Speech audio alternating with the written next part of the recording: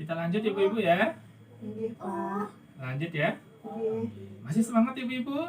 Nggih, Pak. Alhamdulillah masih semangat ya.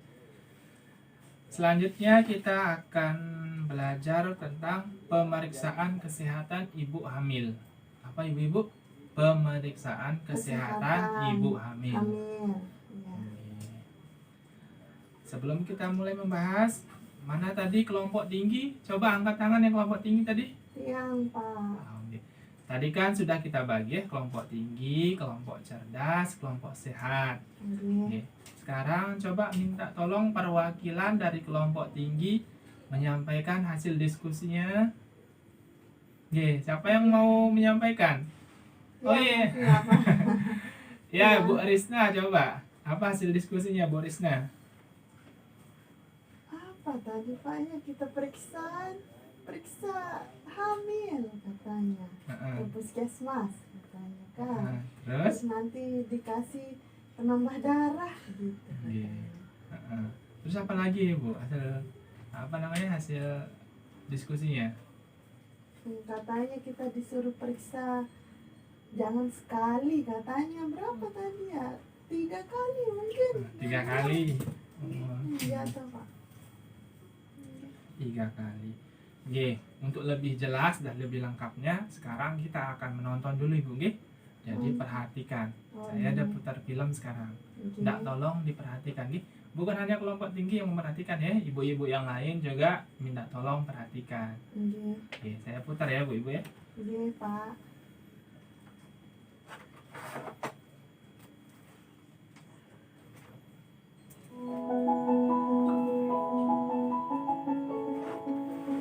Mohon diperhatikan ibu-ibu.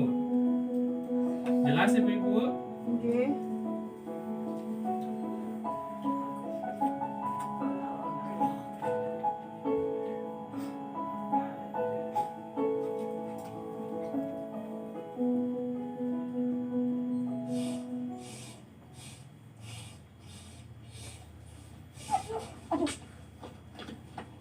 Aduh ibu, ibu kenapa? Kok ibu pucat begini bu? Ibu lemas ya? Ibu belum sarapan? Sakit? Saya pusing. Ada apa bu? Ini mas, tadi ibu ini tiba-tiba jatuh. Terus sekarang kayaknya lemas banget, nggak bisa berdiri gitu mas. Kalau begitu kita bawa ke puskesmas saja yuk. Iya, kayaknya harus dibawa ke puskesmas sekarang juga. Ayo, mari saya gendong bu. Bu, Pak, kenapa bu? ini istrinya Mang Sayur. Iya bu, ini istri saya lagi hamil. Oh, lagi hamil. Nggak kelihatan. Kurus banget pak istrinya. Kayaknya harus dibawa ke puskesmas sekarang juga, Mam. Jangan, nanti saya keluar duit lagi. Kita pulang aja yuk bu. Tapi pak, takut bayinya. Kenapa bayinya bu? Pak, istri bapak kan lagi hamil. Harusnya dibawa ke puskesmas. Gratis kok, Pak. Biar saya dan istri saya antar bapak ya. Puskesmas deket kok dari sini. Tapi di mana dagangan saya? Biar saya nungguin, Mang. Gak apa-apa. Ayo bu. Oke, Mang. Istri hamil nggak sehat kayak gitu, malah mau dibawa pulang. Ada-ada aja sih mama nih.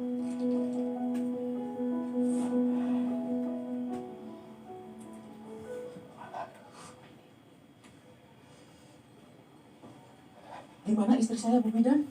Apa pernah kejadian seperti ini sebelumnya? Enggak sih bu. Cuma istri saya itu sering ngomel-ngomel. Pusing, nggak nafsu makan. Terus akhir-akhir ini mendadak ngidam. Bawaan bayi kali ya bu? Apa istri bapak minum tablet tambah darah atau multimikronutrien yang saya berikan beberapa bulan yang lalu? Apa itu bu?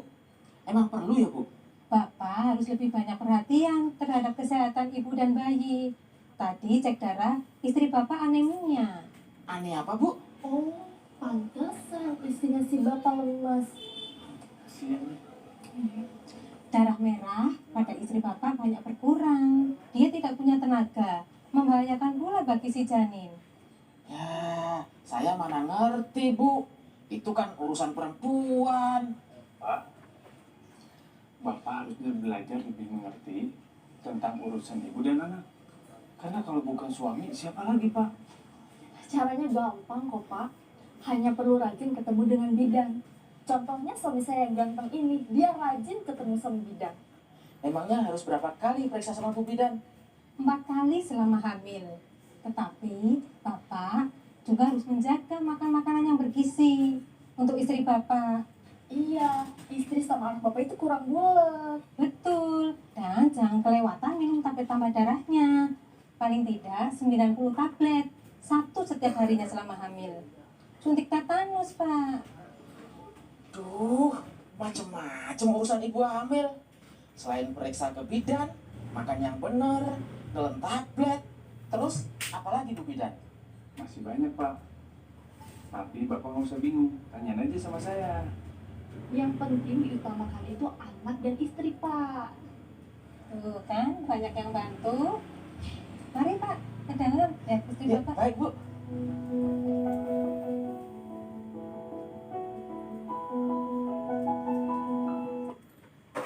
Sudah selesai filmnya Ibu nggih? Nggih.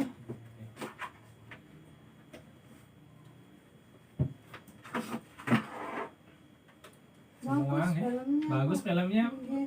Nggih. Tadi Ibu Mang Sayur yang istrinya hamil dibawa kemana, Bu? Puskesmas. Dibawa ke puskesmas nih. Nggih. Apa ibu-ibu yang di sini juga waktu hamil, kalau Bu Mil siapa tadi? Bu Mil di sini? Bu Dini ya. Iya. Ibu hamil atau ibu ketika hamil meriksakan diri kemana? Ke bidan. Ke bidan. Kemana lagi ibu yang lain meriksakan? Puskesmas. Ke puskesmas, ke bidan. Kemana lagi? Polindes. Ke Polindes boleh, nggih. Ke Posyandu juga boleh. Nggih. Oh iya, untuk Posyandunya ibu-ibu nggih, mulai bulan kemarin Posyandunya sudah aktif ibu-ibu nggih. Kan kemarin waktu pandemi, waktu corona nih ke ibu-ibu kan libur nggih. Nah, sekarang sudah aktif. Kemarin waktu pertama kali ada yang udah hadir. Minta tolong dikasih tahu nggih ibu-ibu kalau Posyandu untuk bulan sekarang, untuk bulan ini sudah mulai dilaksanakan lagi. Kasih tahu yang udah hadir kemarin ibu-ibu nggih. Nggih, Pak. Terus berapa kali ibu hamil harus memeriksakan diri selama kehamilan, Bu? 4 katanya tadi di video. 4 kali nggih. Nggih. 4 kali. Terus apa aja pelayanan yang didapatkan selama pemeriksaan di puskesmas atau di Polindes? Apa pemeriksaannya? Pelayanan yang didapat ibu-ibu apa aja? Disuntik. Nggih, disuntik apa, Bu? Suntik apa? Mungkin namanya tadi disuntik Suntik katanya. TT namanya, Oh, Bu nggih. nggih, suntik Terus apa TT. lagi sudah dapat sama pelayanan? Dikasih tablet penambah darah. Nggih, dikasih tablet tambah darah apa lagi, Bu? Lupa apa? Nggih. Kalau kita rajin datang ke puskesmas ibu-ibu nggih. Ibu hamil tak kayak istri Mang Sayur tadi nih, udah kurus terus kena anemia. Nggih.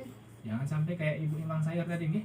Penting makanya kita datang ke puskesmas untuk memeriksakan nggih selama kehamilan. Penting ke puskesmas. Kalau nggak bisa ke puskesmas boleh ke Posyandu, boleh ke Polindes juga boleh ibu nggih. Mana yang terdekat. Nah, Sida bisa lihat yang di sini Bu Ibu sekarang nih. Kita lihat di pusat ini. Jadi selama kehamilan berapa kali tadi Bu? 4 kali. 4 kali kan nih? 1 kali ketika umur 1 sampai 3 bulan. Jadi 1 kali. Kemarin ada tak lihat ibu siapa? Ibu Ani umur 5 bulan baru meriksakan diri. Gimana ceritanya nih Ibu? Nggak tahu hamil mungkin, Pak. Oh ini. Sida masa udah kehamilan yang ketiga masih tidak tahu tanda-tanda hamil ibu? Apa ibunya ini malas apa gimana?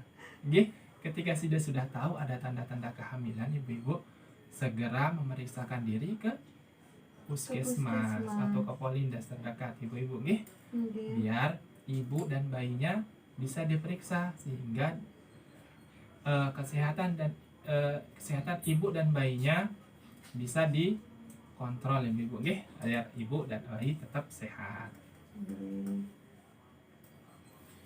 Terus 1 kali pada trimester kedua umur 4 sampai 6 bulan. Nggih.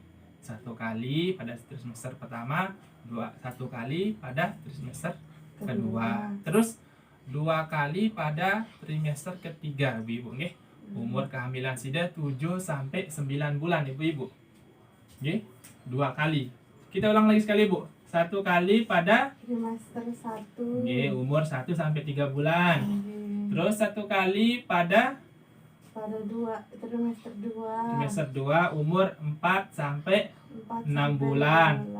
Nggih. Terus 2 kali pada trimester ketiga pada umur kehamilan 7 sampai 9 bulan. Nggih. Nggih, ini minimal sida 4 kali selama kehamilan Bu. Tapi lebih sering lebih bagus. Nggih. Lebih sering lebih bagus. Setiap bulan sida memeriksakan kehamilan ini lebih bagus ibu-ibu nggih. Atau ketika setiap ada keluhan ibu-ibu boleh memeriksakan diri langsung ke puskesmas ibu-ibu nggih. Gratis. Bisa bayar atau gratis Bu kalau meriksa di puskesmas? Gratis. Nggih, gratis. Dapat pelayanan juga nggih. Dapat obat, dapat vitamin.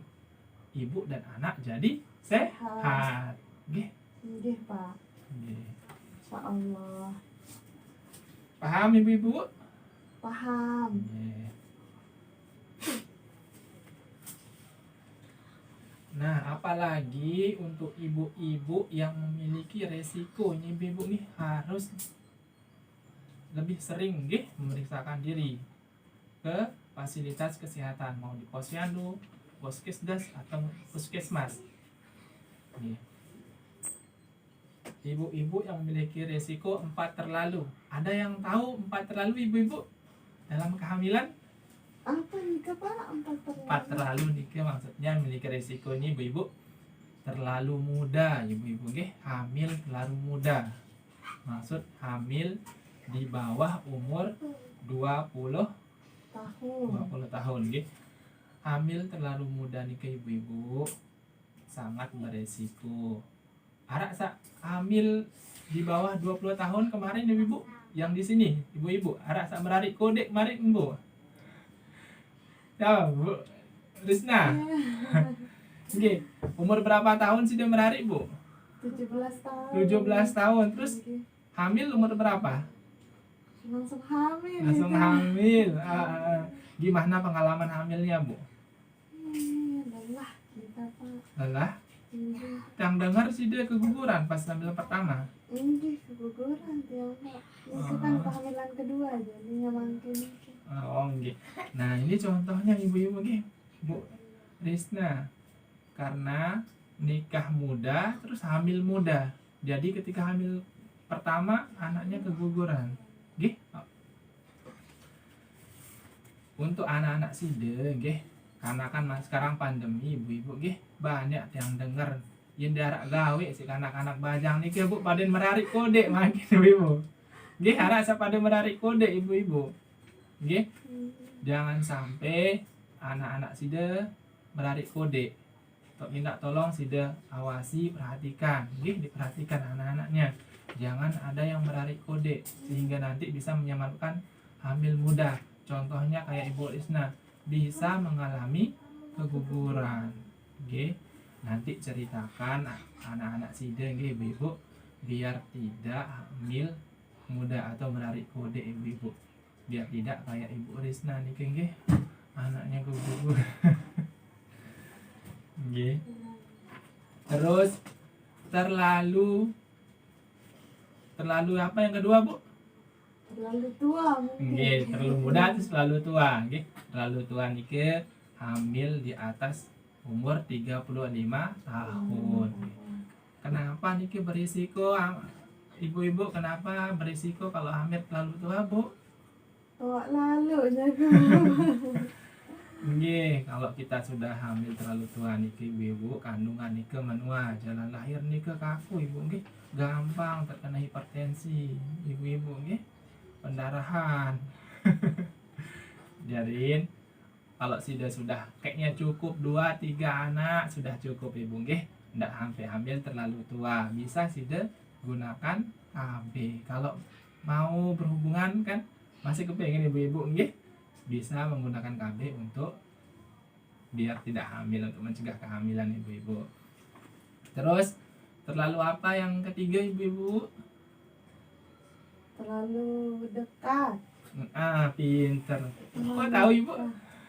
Nggih. Terlalu dekat nggih. Jarak kehamilan nika terlalu dekat. Misal anak pertama sama anak kedua jaraknya kurang dari 2 tahun. baru anaknya mulai merangkak sudah hamil lagi ibu nggih. Jadinya anak yang pertama nanti tidak terurus ibu nggih. Berarti berapa Pak jaraknya sebaiknya Pak?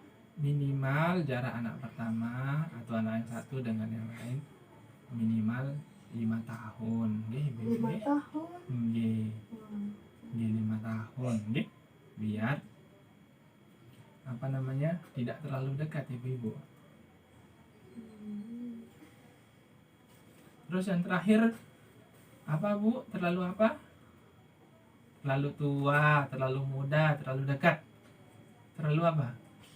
Tadi terlalu dekat, sekarang terlalu jauh. terlalu jauh Ibu. Bukan terlalu jauh. Gitu. Kurang tepat Ibu, ya, terlalu jauh. Terlalu banyak. Terlalu banyak anak, Bu. Terlalu banyak juga beresiko Ibu-ibu. Melahirkan lebih dari 4 kali ini adalah terlalu banyak Ibu-ibu nggih.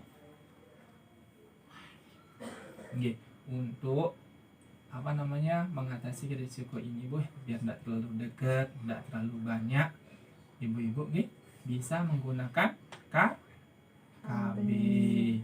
Nggih Ibu nggih. KB nike ibu-ibu bukan mencegah hamil, tapi untuk merencanakan kehamilan nggih, kehamilan ibu-ibu nggih. KB niki bukan mencegah tapi merencanakan kehamilan, merencanakan masa depan keluarga ibu. Yang terlalu dekat bisa mungkin dengan KB sesuai dengan kecocokan atau apa namanya? Kecocokan atau nanti ibu-ibu bisa pakai KB, bisa pakai KB suntik boleh, IUD boleh, atau apa namanya Bu? Ada yang pakai KB di sini ibu-ibu? Pakai KB apa Bu? Kan ibu hamil belum. Ibu itu yang di belakang. Pakai implan Pak. Ada implan boleh. Yang penting direncanakan kehamilannya, jangan sampai anak jaraknya terlalu dekat atau anak jadi terlalu banyak ibu-ibu. Paham ibu-ibu?